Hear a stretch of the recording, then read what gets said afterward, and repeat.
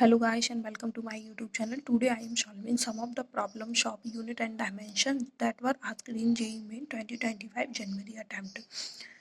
So my first problem is the position of a particle moving on x-axis is given by xt is equal to a sin t plus b cos square t plus ct square plus d. Where t is the time, find the dimension of a b c upon d. तो हमें यहाँ पर क्या करना है, A B C upon D की dimension find करनी है. तो साइन टी हो गया, कॉस स्क्वायर टी हो गया, ये तो सभी डायमेंशन लेस क्वांटिटी हैं. तो यहाँ पर हमें जो एक्स जो होमोजेनिटी लॉ होता है उसके अकॉर्डिंग एक्स टी की डायमेंशन जो होगी वो ए की डायमेंशन के इक्वल, एंड यहाँ पर जो बी की डायमेंशन होगी वो एक्स टी के डायमेंशन के इक्वल, और जो सी की डायमेंशन होगी वो x T upon T square की डायमेंशन के इक्वल होगी, और डी की डायमेंशन एक्स टी की डायमेंशन के इक्वल होगी. तो हमने यहाँ पर सभी की डायमेंशन लिख ली, क्योंकि एक्स टी जो है वो यहाँ पर एक पोजीशन है पार्टिकल का. तो यहाँ पर ए की जो डायमेंशन होगी वो एल होगी, बी की डायमेंशन एल होगी, सी की dimension L T minus two हो गया, और डी की डायमेंशन एल होगी. तो A B C upon D की डायमेंशन सभी की डायमेंशंस को पुट कर देंगे. उसके बाद सॉल्व करने के बाद हमारी डायमेंशन है वो आएगी L square T minus to. अब जो नेक्स्ट प्रॉब्लम है उसमें हमें मैचिंग करनी है. तो मैचिंग करनी है एंगुलर इम्पल्स को उसकी डायमेंशन से latent heat, electrical resistivity and electromotive force को. तो एंगुलर इम्पल्स क्या होता है, एंगुलर इम्पल्स को हम रिप्रेजेंट करते हैं integration of tau dot D T. Tau जो है वो यहाँ पर टॉर्क होता है, टॉर्क को हम एफ क्रॉस आर से इसकी डायमेंशन निकाल सकते हैं, और यहाँ पर जो है टाइम की डायमेंशन पुट कर देंगे. तो फोर्स की डायमेंशन जो होती है M L T minus two, R की डायमेंशन एल के इक्वल होगी, एंड डी टी जो है वो टी के इक्वल. जब इसे हम पूरा सॉल्व करेंगे तो ये आएगी हमारी M L square T minus one. Next जो है, तो अब देखिए M L square T minus one, इसे हम थर्ड से मैच कर सकते हैं. लेटेंट हीट जो है Q equal to M L, इससे इसकी डायमेंशन फाइंड कर सकते हैं. तो यहाँ पर एल जो होगा क्यू अपॉन एफ. अब जो क्यू है, क्यू जो है यहाँ पर वो उसकी डायमेंशन जो है एनर्जी के इक्वल हो सकती है. तो इसे इसकी जो डायमेंशन होगी वो होगी M L square T minus two, and जो एम मास इसकी डायमेंशन एम होगी. इसे सॉल्व करने के बाद हमें मिलेगा L square T minus to. अब जो हमारा नेक्स्ट है वो है इलेक्ट्रिकल रजिस्टिविटी. हमें इलेक्ट्रिकल रजिस्टिविटी की डायमेंशन फाइंड करनी है. तो इलेक्ट्रिकल रजिस्टिविटी की डायमेंशन जो है कैसे निकाल सकते हैं, rho is equal to R A upon L, एक सिंपल फार्मूला होता है इसका, उससे हम फाइंड कर सकते हैं. बट रो की अगर हमें डायमेंशन निकालनी है तो उससे भी पहले हमें आर की डायमेंशन पता होनी चाहिए. तो आर को निकालने के लिए हम ये फार्मूला यूज कर सकते हैं, B is equal to I R वाला, ओम्स लॉ वाला. तो उसके according R is equal to V upon I होगा, and V E is equal to V upon D होता है. तो उससे हम यहाँ पर वी की वैल्यू जो है ई डी लिख सकते हैं, यहाँ पर आई लिख सकते हैं, और F is equal to Q E होता है. तो वहाँ से हम ई को जो है एफ अपॉन क्यू लिख सकते हैं. तो इस तरीके से ये सिंपल हो जाएगा, क्योंकि फोर्स की डायमेंशन बहुत ही ईजी होती है और लर्न भी रहती है. क्यू की डायमेंशन भी सेम इसी तरह से ए टी जो कि लर्न रहती है आई ए.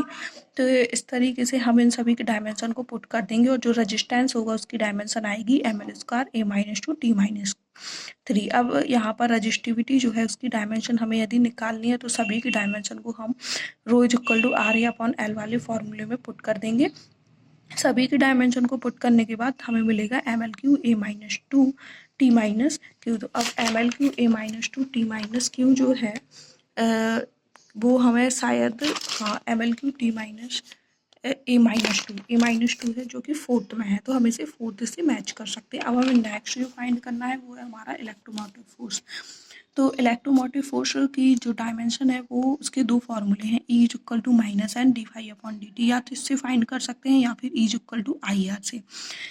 आई और आर की जो कि हमने ऊपर निकाल रखी थी डायमेंशन, उन्हीं को हम पुट कर देंगे और हमें मिलेगा M L square T minus Q A minus one. M L square T minus Q A minus one जो कि सेकेंड है, हम उसे इससे मैच कर सकते हैं. नेक्स्ट जो मैचिंग है हमारी उसमें है young modulus, torque, coefficient of viscosity and gravitational constant. तो इन सभी की डायमेंशन निकालने के लिए हम कैसे निकाल सकते हैं वो यहाँ पर दिया हुआ है. तो यंग मॉडुलस जो है उसे हम रिप्रेजेंट करते हैं Y is equal to M G L upon pi R square delta L से. तो जी की जो डायमेंशन होती है वो LT-2 जो कि एक्सेलरेशन के डायमेंशन के ही इक्वल होती है। इन सभी के डायमेंशन को पुट करने के बाद यंग मॉडुलस जो है उसकी डायमेंशन आएगी ML-1T-2। नेक्स्ट जो है ML-1T-2, तो जो यंग मॉडुलस है ML-1T-, देखिए यहाँ पर सेकेंड है, तो यदि हम चाहें तो यंग मॉडुलस को हम मैच कर सकते हैं ML-1T-2 से, ML-1T-2। नेक्स्ट जो है हमारा टॉर्क है, टॉर्क होता है F×R, इससे हम इसकी जो डायमेंशन होगी वो आएगी ML²T-2। देखते हैं ML²T-2 है हमारा यहाँ पर फोर्थ में, तो हम यदि चाहें तो टॉर्क को फोर्थ वाले से ML²T-2 मैच कर सकते हैं।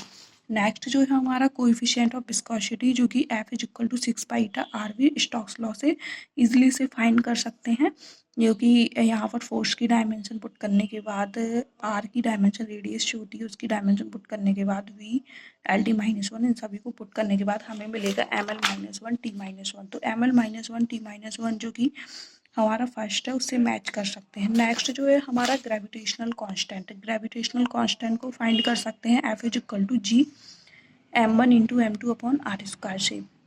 इस फॉर्मूले से हम इसे फाइंड कर सकते हैं G=F_r²/m1 m2। तो यहाँ पर सभी की वैल्यू जो है डायमेंशन पुट करने के बाद हमें मिलेगा M-1 L3T-2।